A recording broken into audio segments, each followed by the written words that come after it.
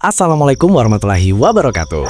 Halo Sobat Misteri, balik lagi bareng kita di channel Kamis Katanya Misteri.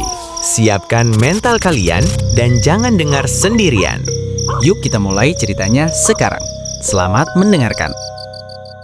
Di sebuah desa terpencil di pinggir hutan karet Kalimantan, ada sebuah rumah panggung tua yang selalu kosong bertahun-tahun lamanya. Tak ada yang berani mendekat setelah matahari tenggelam. Bahkan anak-anak kecil dilarang menyebut nama penghuni terakhir rumah itu. Namanya Ratih, perempuan paling cantik di desa. Kulitnya kuning langsat, rambutnya hitam panjang, dan senyumnya selalu membuat siapapun jatuh hati. Ratih menikah muda dengan seorang mandor perkebunan bernama Wira. Awalnya hidup mereka terlihat bahagia, sampai Ratih hamil 7 bulan.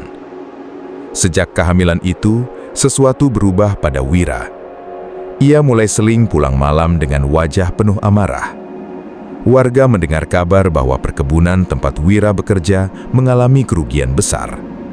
Banyak pekerja dipecat, hutang menumpuk. Namun yang paling menyakitkan bagi Wira adalah bisikan orang-orang.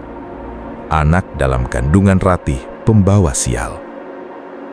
Awalnya hanya gosip, lama-lama menjadi keyakinan. Wira mulai percaya bahwa sejak Ratih hamil, hidupnya hancur perlahan. Malam demi malam, Ratih menangis mendengar suaminya mabuk dan memaki-maki dari ruang depan. "Kamu bawa kutukan." Ratih hanya diam sambil memeluk perutnya. Sampai suatu malam, hujan turun sangat deras. Petir menyambar hutan berkali-kali.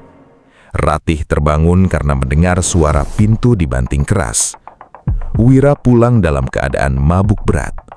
Matanya merah, di tangannya tergenggam parang panjang. Ratih mundur ketakutan. "Mas!"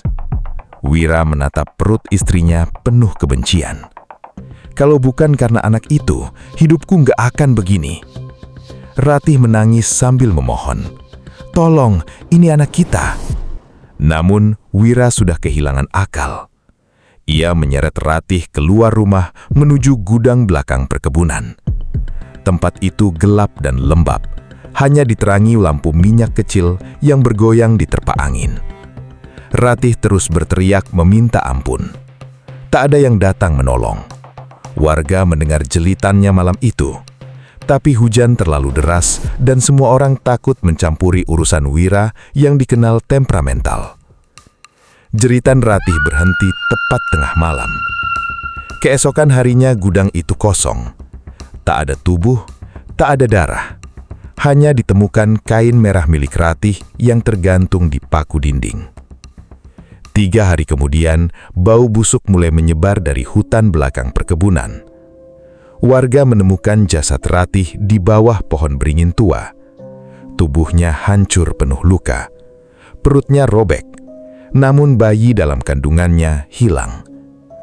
Wira menghilang sejak malam pembunuhan itu. Sebagian bilang ia kabur, sebagian lagi percaya ia sudah mati. Tapi teror baru dimulai setelah penguburan Ratih. Setiap malam, terdengar suara perempuan menangis dari arah hutan. Lalu berubah menjadi tawa melengking yang membuat bulu kuduk berdiri. Anjing-anjing desa mulai mati mendadak dengan perut tercabik. Bayi-bayi sering sakit tanpa sebab. Dan orang-orang mulai mencium bau anyir darah setiap kali melewati gudang tua tempat Ratih dibunuh. Suatu malam, seorang penjaga kebun bernama Saman melihat sosok perempuan berdiri di tengah jalan perkebunan. Gaunnya merah penuh noda hitam. Rambutnya panjang menutupi wajah. Perutnya membesar seperti wanita hamil. Saman mencoba memanggil, "Ratih?" Sosok itu perlahan mengangkat kepala. Matanya hitam kosong. Mulutnya tersenyum terlalu lebar. Lalu dengan suara parau, ia bertanya, "Bayiku, di mana bayiku?" Saman lari berit-ribit. Namun sebelum sempat mencapai pos jaga, ia mendengar suara langkah merangkak cepat di atas pohon-pohon. tertawa melengking menggema di seluruh hutan. Keesokan paginya, Saman ditemukan tergantung terbalik di pohon beringin tempat jasad Ratih dulu ditemukan. Tubuhnya penuh bekas cakaran, dan di dadanya tertulis dengan darah, "Dia ambil bayiku." Sejak saat itu, warga percaya Ratih telah berubah menjadi kuntilanak merah.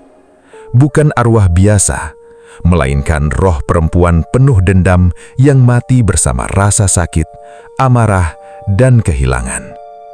Konon, katanya warna merah pada tubuhnya berasal dari darah yang terus menetes dari luka kematiannya. Dan hingga sekarang, jika malam hujan turun deras di perkebunan tua itu, warga masih mendengar suara perempuan tertawa di antara pohon-pohon gelap, diikuti bau anyir yang sangat menyengat. Pertanda kuntilanak merah sedang mencari seseorang yang harus membayar darah bayinya.